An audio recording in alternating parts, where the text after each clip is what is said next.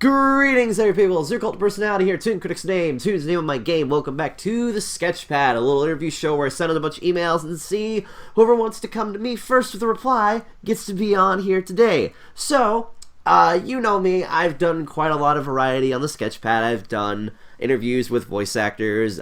We've done interviews with other YouTube people. We've even interviewed a Power Ranger once. That was interesting. But we're going back to interviewing video game reviewers. And today I have a pretty special guest here. You know him as that one angry dude who yells like fucking crazy at video games. Also, he's over from Britland. Wait, we already had a bunch of those in the show before. Whatever. We have here today Follow Jak. Yo, what's going on? How are you doing today, sir? I'm doing good. Did you say from Britland? Britland, yes. I'm from Australia, mate. Come on. Oh, well, you know, they sound... It's so hard to tell the difference these days, you know? Is it really, though? Like, I do get that a lot. A lot of people are like, oh, are you from like, England? It's like, no. From all over Australia.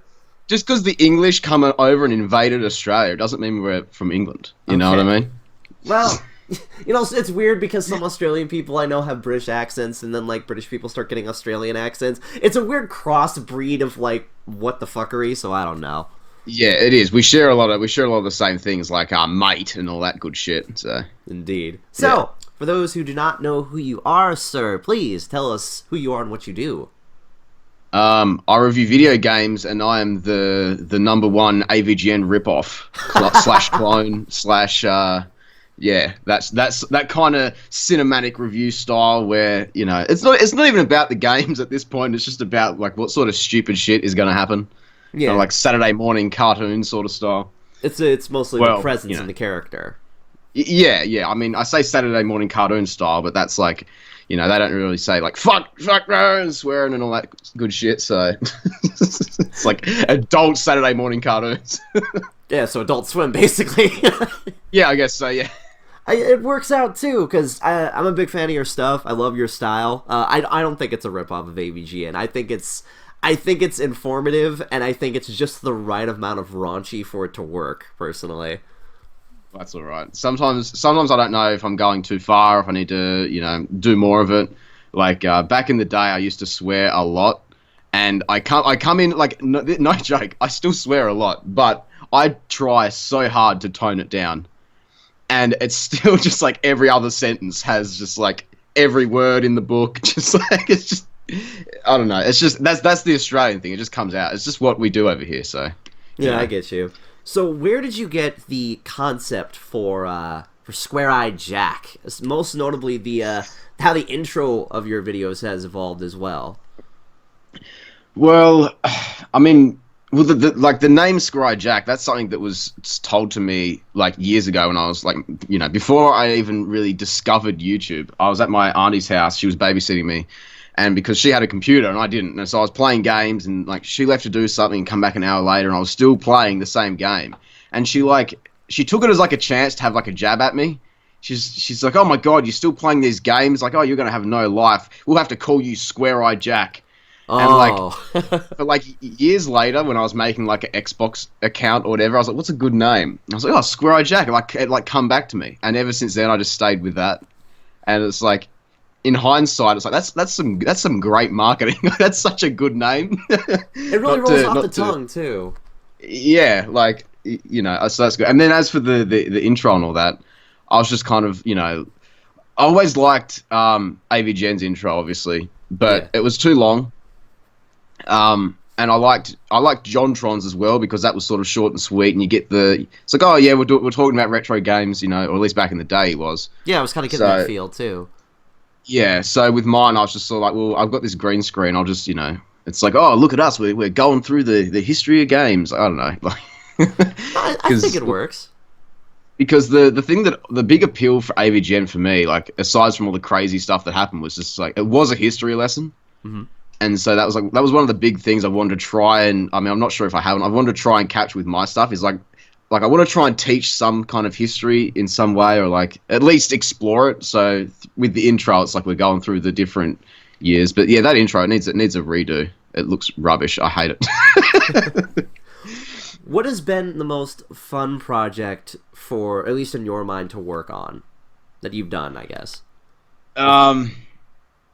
I mean, there's a lot.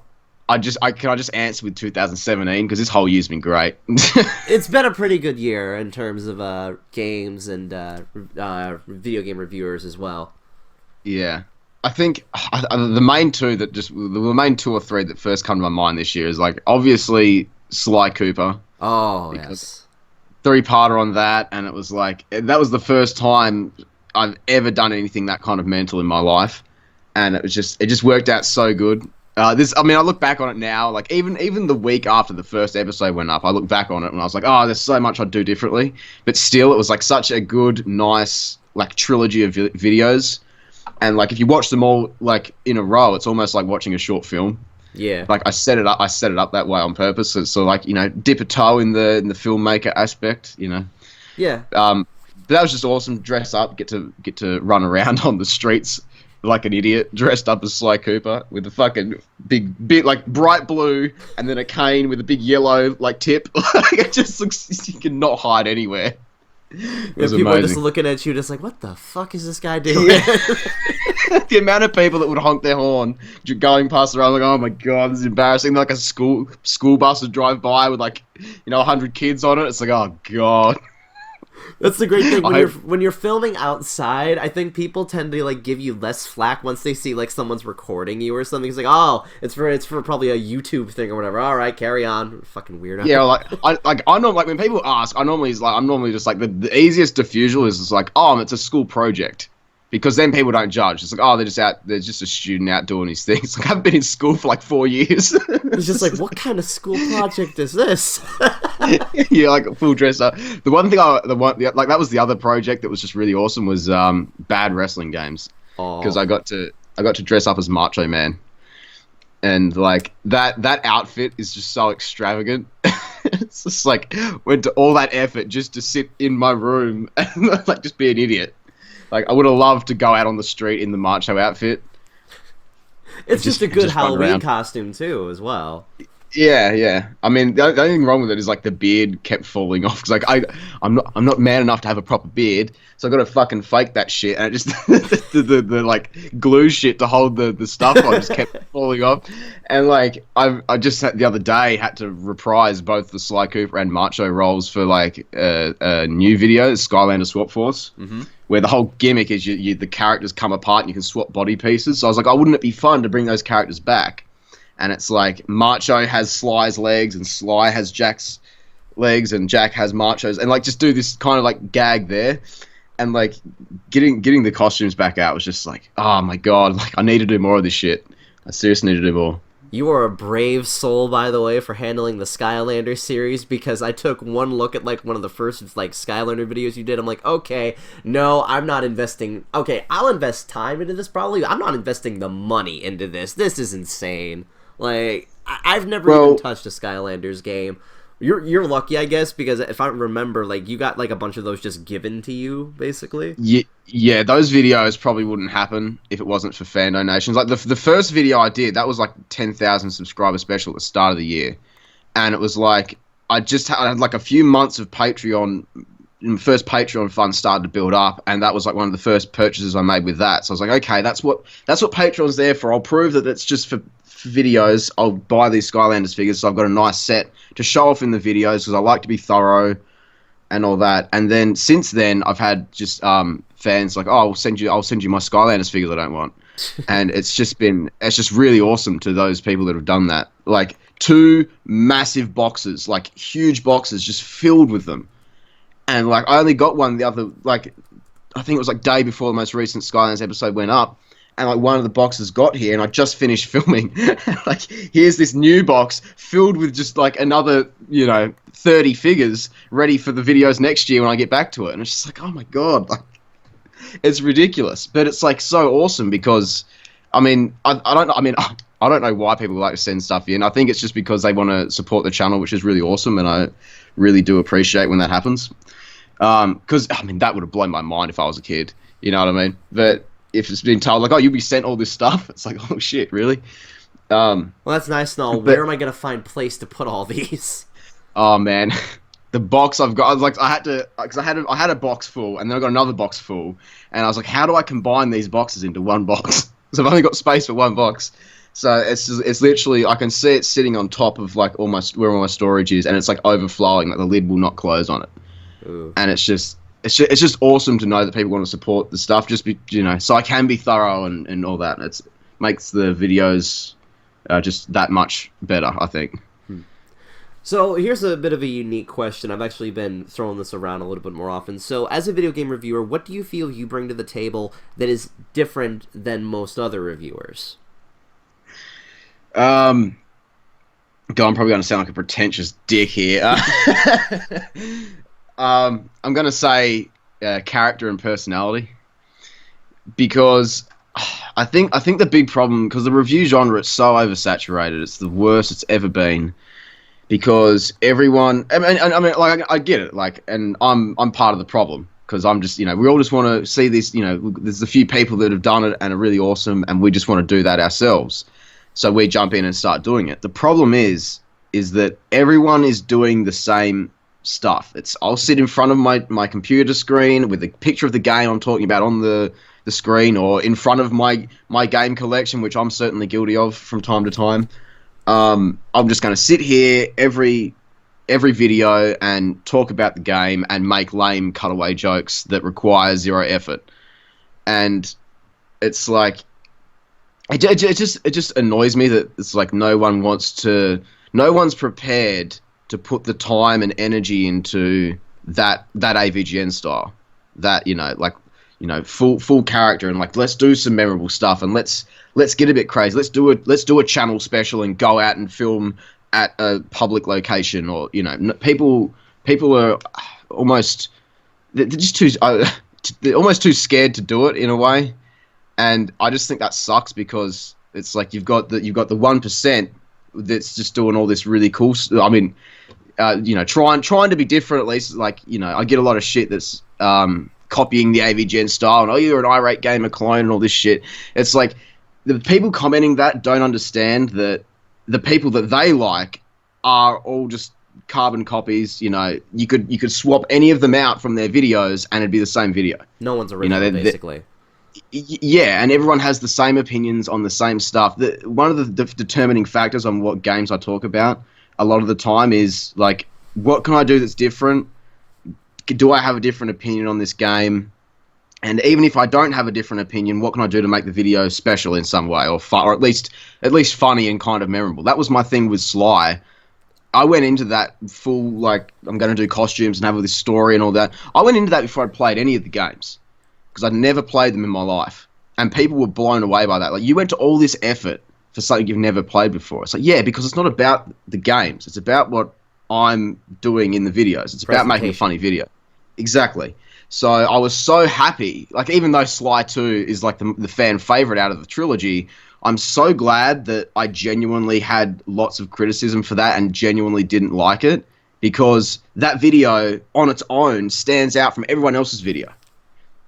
Even though my old Spyro Enter the Dragonfly video is, I say a lot of the same stuff other people have said before and after me, how many people have 100%ed the game? You know what I mean? Because it's too easy to just, play the first 2 levels, this game sucks, and it's over.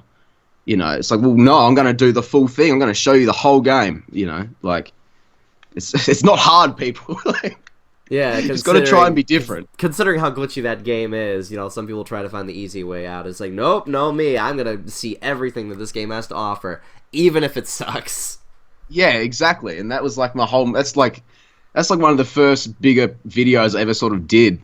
Like, like I did Crash, and there was like a month or two where there was, just some normal videos, and then there was that. That was like the first big one where it's like, this is kind of different. And that video still is like one of the ones that's just launched me a bit. And I think it's because, like, it was different. Like, even though I said a lot of the same stuff, and people have taken that video and compared it to other videos and been accused of copying other people and all this other stuff, it's like, what I'm saying about the game is irrelevant. It's the fact that the way the video is presented is different, and it stands out of the crowd. Yeah, like that's what I think Follow Jak does better than a lot of other channels, is that it stands out. Yeah, So let me actually tell you something, Jack. I can call you Jack, right? Yeah, sure. No, you cannot. Never. Okay, no, square eye Jack, just all together in one word. No. All right, so actually, let me tell you something. So speaking of the Enter the Dragonfly video, that's actually how I found out about you. I found out about you when I was watching Kriticky's Enter the Dragonfly review, and I saw your channel like in like the suggested videos. I'm like, oh, who's this guy? And I just started binge watching all your videos because you have like this personality. I think that it is. I would not call it like an AVGN clone. I think it has this unique personality that draws people in, because it's not just the part of you getting like mad at games, which is a staple these days. I think it's more so that you're fair, and you're not afraid to like be honest with your thoughts, because I see so many like reviewers who are just like, oh, 8 out of 10, 9 out of 10. No, you're not afraid to give a fucking 6 out of 10, and I respect that. So that's the thing though, is like the 6 out of 10, that's like, I mean, originally it was like the 7 out of 10 was the meme on the channel, but now it's like 6 out of 10. It's like, it's the most popular score I give. That's because a 6 out of 10, that's still good. You know, there are games I've given 5s in the past I'd still recommend, like, hey, maybe this portion of an audience may enjoy. But like, but yeah, I'm glad that, you know, my videos are showing up in suggested tabs. Sometimes I get a bit worried that that's not happening. But yeah, sorry, I kind of half forgot the question there. No, no, it's okay. Speaking actually of Kriticky's, what's one reviewer you would love to work alongside? The thing with working with other people is that I don't like to. It's not that I don't like or don't want to do it. It's just that being stranded on the other side of the world kind of sucks. Time zones. And I'm not a fan of the cliche. See, this is back to everyone doing the same thing. I'm not a fan of the collaborator's going to show up on my screen, and we're gonna share some awkward dialogue and then take turns talking about the game, and, you know, like, not really critiquing it, just talking about it.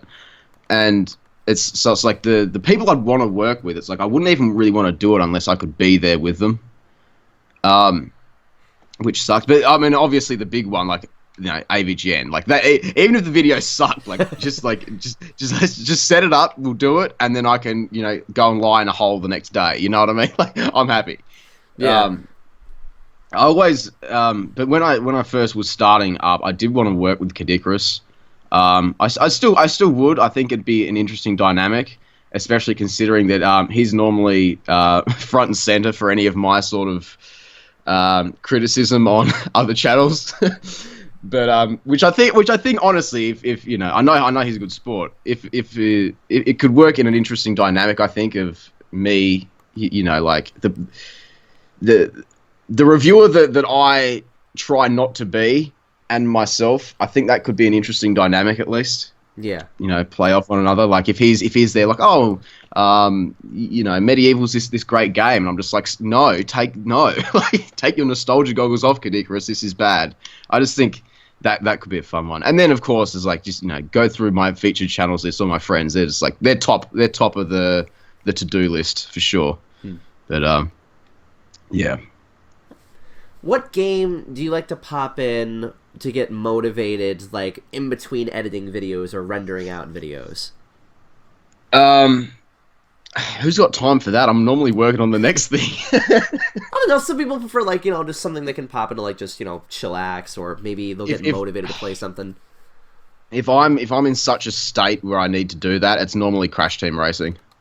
Because I can obliterate it, because I'm so good at it. I can obliterate it. I don't even have to put a single thought into it. You know, she's all just muscle memory, so I can just sit there and zone out and, like, not even really look at what I'm doing. And the hands get some movement, so there's still some function there. Like, but I don't normally, like I said, I don't normally have time to not have motivation between videos. It's just so rapid fire, like, get this stuff out. Which, I wish I was as productive as you then. Yeah, well, I mean, productive is like that's like the one word used to describe me, I think, as a person, is productive. Like, I cannot rest. You know what I mean? Like, my rest time is still, like, heavily planned out and scheduled, and it's, like, still, like, productive, because I just can't. Because if I don't have a plan, I'm a mess, and nothing gets done, and that pisses me off, which just adds fuel to the fire. So yeah. No, I get you. For me, it's more so a matter of just, like, laziness at this point. It's driving me crazy at this point. But these interviews are like a good way to fill out content on my channel and whatnot, because I do reviews as well, like ToonKritic, obviously, but I haven't done like a review in a while. I've just been so interested in interviewing other people to try and figure out like their perspectives, like why they review stuff, like what's in it for them, like what's their motivation, like that sort of thing. Yeah, well, I mean, like I get that as well. Because it also depends on like how, like, I mean, I'm lucky. I've been doing this just like this has been my job for 3 years now. So it's all like if it's all I've got to do, then that's what I'm doing. You know, just grind to try and make it work. But like the first year I was doing reviews, I did the Crash series. It took me a year to get through it because it was my final year of school, and like at that point in time. It's like I was so busy with school that any free weekend where I could work on a video, that was my relaxed time just to get through school. So it's like I totally get that. But yeah, and like that's why as soon as I finished school, I'm like I need to give YouTube a proper shot.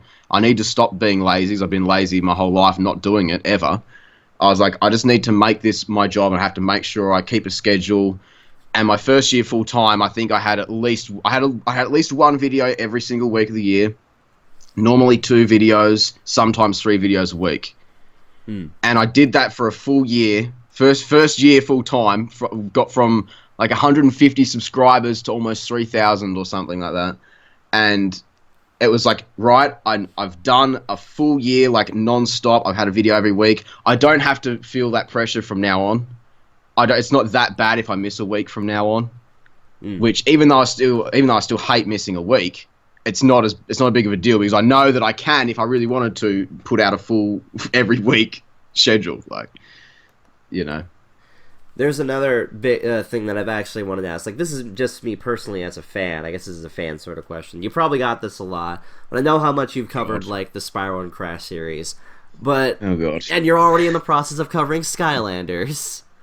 So, right. Are you aware of the Skylanders Netflix series? Getting into spoilery territory.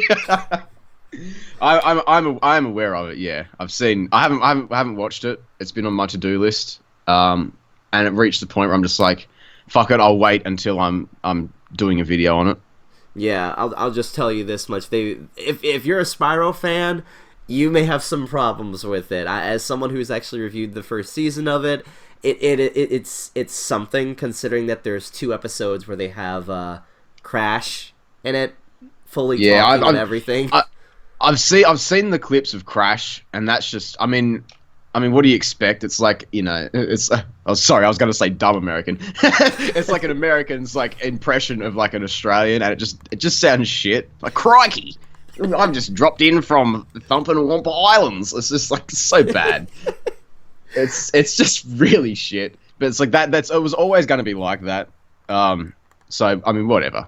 Yeah. It's better than like the commercial voice that they gave him like way back in the day. So. Oh, crikey! I just flew in from the new ruin level. Jesus. So, like, we're talking about, like, guess say things that are like negative, things that are like peevy and whatnot. So, what is your biggest gaming pet peeve? Like, what is something like you just if you have this in a game, you just cannot play it? Oh, fuck. One of the big ones for me is like if you can't jump. Like games where you can't jump or you can't just simply go and like walk along and drop off a ledge. Like it's a much more common thing in modern games. Like, you know, it's like you can't just walk off and drop down a ledge. You have to stop and press the button and go down the ladder and then press the button to get off the ladder and then you go. Like, it just drives me fucking mad. Like that's probably the biggest peeve as far as like in the actual games goes. Yeah. It's such a minor thing. Like no, I totally get you. That would drive me crazy too. Like, and I think it's funny because it kind of fits the Follow Jak character who he can flip off at any minute. You can like, it's so true to life because I'll be sitting here playing the game and like the second I realize I can't jump or I can't do something like that, it just triggers the hell out of me and I just start ranting here to myself about it. And then I get out my notepad and write like 500 lines. Like, this guy is the worst thing I've ever fucking played. Why? Because I can't 2 out of jump. 10. That's just it does my head in. Nah, I get you.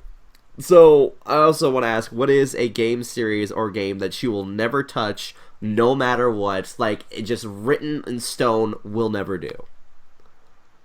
Well, my motto for the last 3 years has been like I will do everything. Obviously, you can never do everything, but I never wanted to write anything off of the table. Especially that one series that's on PS2 that's a platformer and like a shooting game that we're not going to mention the name of. Even that's not totally off the table, but I mean, I don't know. Like there's some things you just wouldn't be able to talk about, but as far as like I'm not going to do this because no, there's nothing. There really is nothing. Okay, well, that's fair enough. Like, usually I get some people say, no, I will never ever do this, but if you're an open book, good for you. Just somewhere along the line you'll find, I think, you'll find that one thing that you'll just never touch. Well, I mean that's the thing though. Is like back to the whole point about how the channel was run and that. Like it shouldn't be about the games. Like I shouldn't be restricted or like enabled by what I'm talking about. It should just be me talking and making a funny video. That's why I like to. It'd be a challenge, but I like to think I could make a video on any game possible and it'd still be interesting. Probably wouldn't be the best video ever, but I could make it. Because there's always stuff to find. Like a lot of people are like, oh, I don't want to touch. I don't want to go near the handheld games. I don't want to go near the Game Boy versions of Crash or of any series. Are you kidding me? That's a gold mine. Like handheld titles, like there are channels out there. It's like Lonely Goomba is always the first one that comes to mind, who only reviews handheld games, and it's because it's a gold mine. Like anyone who restricts themselves is automatically like affecting their channel negatively in the long run, I think. Yeah, I think it's important that you should at least dip your toe into just about everything so you can at least get an understanding or at least some perspective when it comes to reviewing so many different things. Variety is key. That's what I always think when it comes to reviewing stuff. That's why, like, I mean, I don't get to do it as much as I'd like to because it's like because my audience doesn't come for me to review fucking JRPGs or anything like that.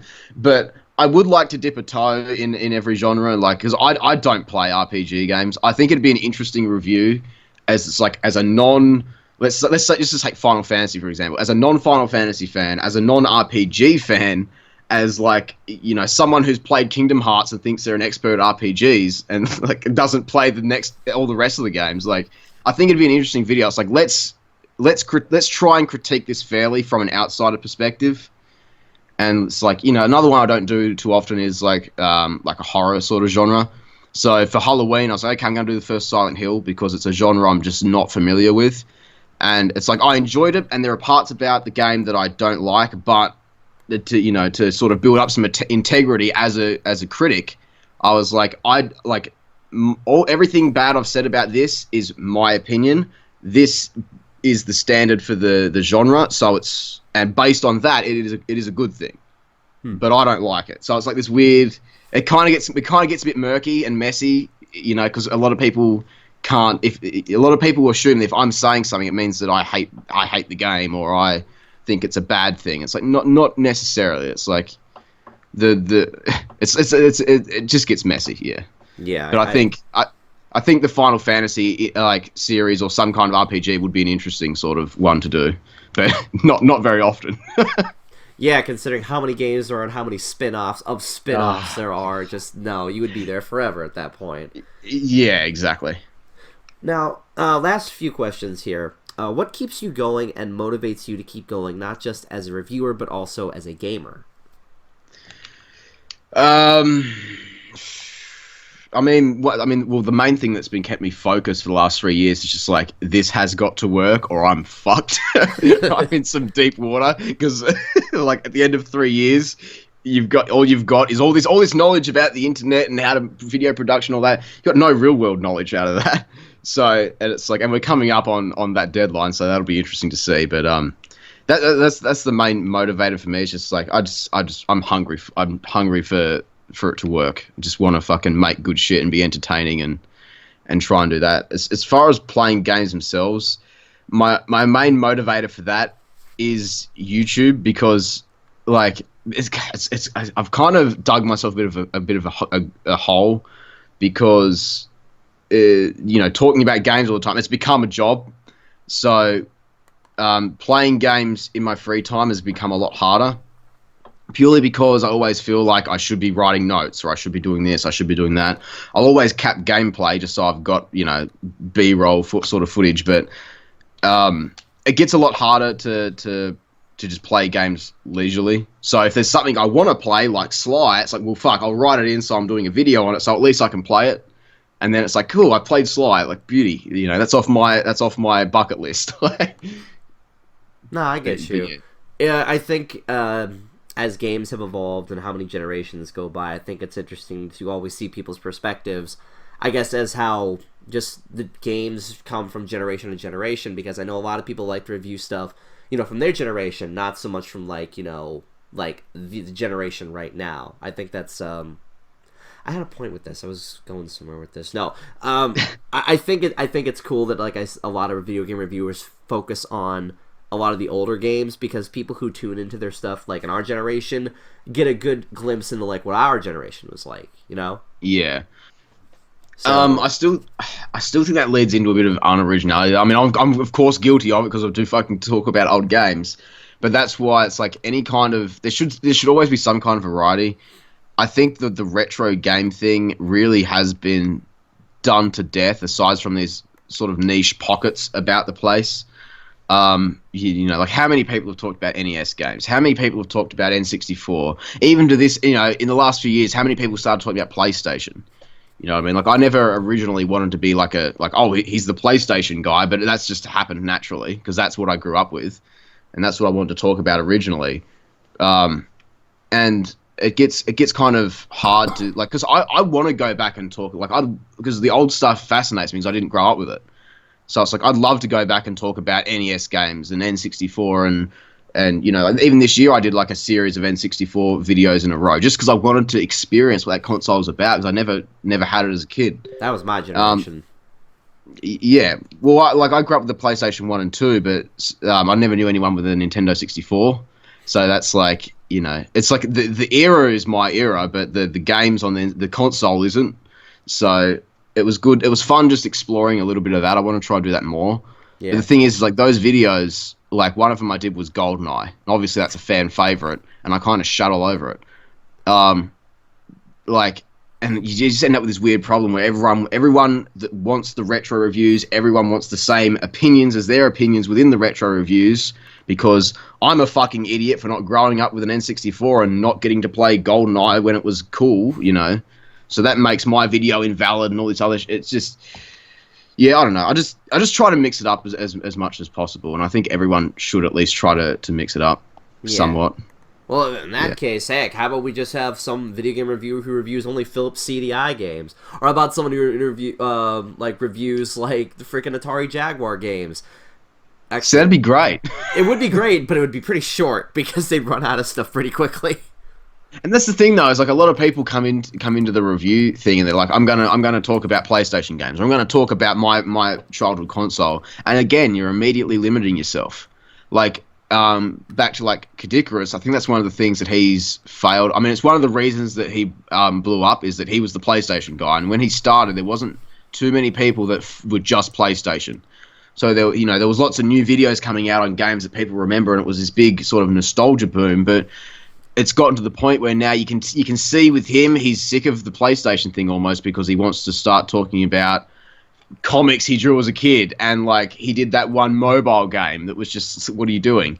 And it's you can tell that it's in even when he used to do more list sort of video, top 10s and stuff, he'd try and sneak in some Nintendo and that, and it's you're immediately sort of blocking out all this other stuff. So I'd love to see someone do just let's just do 3 months of Jaguar or CDI or fucking TurboGrafx 16 or something like that. That'd be cool. But then you got to start mixing it up again. Yeah. So. All right. Last question here. What is the best piece of advice you can give to a reviewer? Well, whenever people ask me for YouTube advice, how do I get started and all that, I just say, time travel back 10 years, and then you're good to go.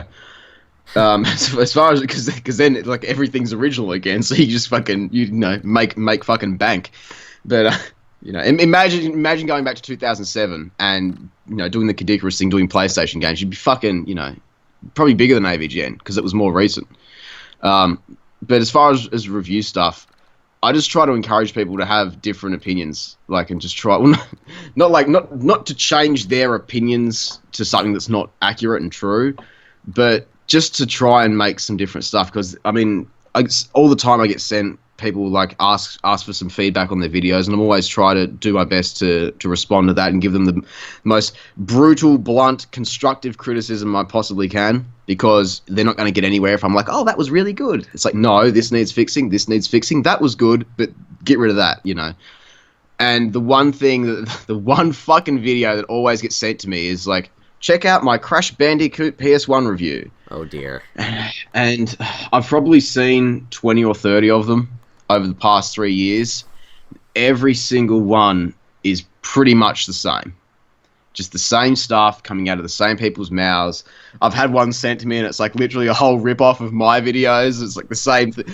Every single Crash Bandicoot 1 review I think I've ever seen starts off with the phrase, "Let me take you back to 1996," because it's the birth of the PS1, the N64. Mine started with it. Everyone who sent videos to me to check out starts with it. Bigger people say, it's just say something different. The big thing is everyone's oh, I've got a different opinion, or I try to, but they don't. I'm so burnt out on all these. I'm honestly burnt out on the review genre, and it pains me to say it because I'm smack bang in the middle of it. Yeah. But I struggle to find review channels I actually enjoy watching anymore, just because it's all the same shit that I've seen before. It's the day I've been saying it all year since Insane Trilogy come out. The day someone does a Crash Bandicoot review on the whatever games, let's just say the original Naughty Dog trilogy that are all classics. Let's say someone comes along and genuinely makes a constructive video on why they're just not good games, because that can certainly be done. I could sit here and debate with you and tell you how much they're not good games. The day someone comes along and does that, I think it's cool, I want to see that, because that's interesting, because it hasn't been done yet. It's too easy, oh, I love this game because I played it as a kid. No. Do something different. Not all the games are as great as you remember them. That's kind of how it was with me in Sonic Heroes. I'm like, haha, why do I like this again? Just, no, I'm not touching this again. Yeah, but it's that's the one bit of feedback or advice for anyone that wants to do the review stuff, is just try and if you can't add anything to the conversation, then maybe question why or if you should do it. You know what I mean? Because it's perfect example of that is just today AVGN uploaded. I haven't seen it yet. He uploaded Sonic 06 Part 2. Oh Lord, why would he do this again? It's the first one was already just a fucking... how many people have done that game? And then he gets to it fucking almost 10 years too late. And then now he's done a sequel to it. I haven't watched it, but it's your first video didn't need to exist. Why do a second one? It's just... I hope his second one is he genuinely likes it, because at least that'd be different. But I don't know. I don't know anyone that genuinely likes that game, and if I ever do, I will question if they need to be locked up in a loony bin at this point. I've always hoped that by the time I get around to it, because that's Sonic's one, it's been covered to death, and I really don't even want to go near it. But if the day come I went near it, I would genuinely just hope that I could find some things that I liked about Sonic 06 and give it at least a fair, average sort of score versus the, oh, this is shit, look how bad it is stuff. Because at least it'd be different. Otherwise, I don't want to go near it. No, just give Sonic 06 a 9 out of 10 and watch the comments melt down completely. That'd be amazing. Sometimes I question if I should do that just as a prank, just to see the feedback. But it's nah, it's not worth the risk. It's too much shit to deal with. No, I get you on that. I think it'd always be fun. So, this has been fun. Before we head off, though, is there anything you would like to plug? Any shameless self-promotion you want to get out of the way? I mean, not really. Just to, support the channels that that try to be different and don't just don't settle for the same thing over and over again. Really, yeah.